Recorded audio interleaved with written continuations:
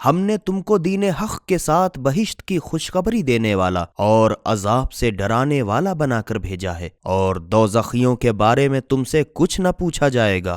اور اے رسول صلی اللہ علیہ وآلہ وسلم، نہ تو یہودی کبھی تم سے رضامند ہوں گے نہ نصارا، یہاں تک کہ تم ان کے مذہب کی پیروی کرو۔ اے رسول صلی اللہ علیہ وآلہ وسلم، ان سے کہہ دو کہ بس خدا ہی کی ہدایت تو ہدایت ہے، باقی ڈھکوسلا ہے، اور اگر تم اس کے بعد بھی کہ تمہارے پاس علم قرآن آ چکا ہے ان کی خواہشوں پر چلے تو یاد رہے کہ پھر تم کو خدا کے غضب سے بچانے والا نہ کوئی سرپرست ہوگا نہ مددگار۔ جن لوگوں کو ہم نے کتاب قرآن دی ہے وہ لوگ اسے اس طرح پڑھتے رہتے ہیں جو اس کے پڑھنے کا حق ہے، یہی لوگ اس پر ایمان لاتے ہیں، اور جو اس سے انکار کرتے ہیں وہی لوگ گھاٹے میں ہیں۔ اے بنی اسرائیل، میری ان نعمتوں کو یاد کرو جو میں نے تم کو دی ہیں، اور یہ کہ میں نے تم کو سارے جہان پر فضیلت دی، اور اس دن سے ڈرو جس دن کوئی شخص کسی کی طرف سے نہ فدیہ ہو سکے گا اور نہ اس کی طرف سے کوئی معاوضہ قبول کیا جائے گا، اور نہ کوئی سفارش ہی فائدہ پہنچا سکے گی، اور نہ وہ لوگ مدد دیے جاویں گے۔ اے رسول صلی اللہ علیہ وآلہ وسلم،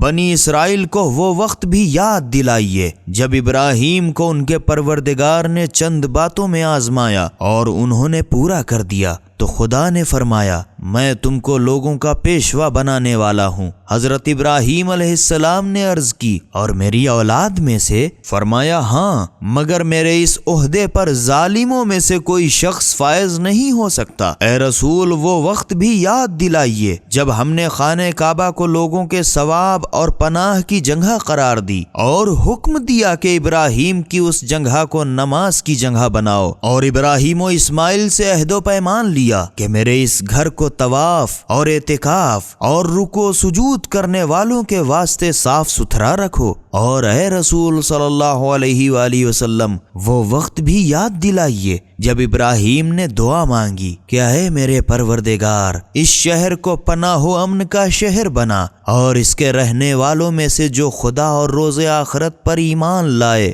اس کو طرح طرح کے پھل کھانے کو دے۔ خدا نے فرمایا اچھا، مگر جو کفر اختیار کرے گا اس کو دنیا میں چند روز ان چیزوں سے فائدہ اٹھانے دوں گا، پھر آخرت میں اس کو مجبور کر کے دوزخ کی طرف کھینچ لے جاؤں گا، اور وہ بہت برا ٹھکانہ ہے۔ سبیل قرآن، ہدایت کا راستہ۔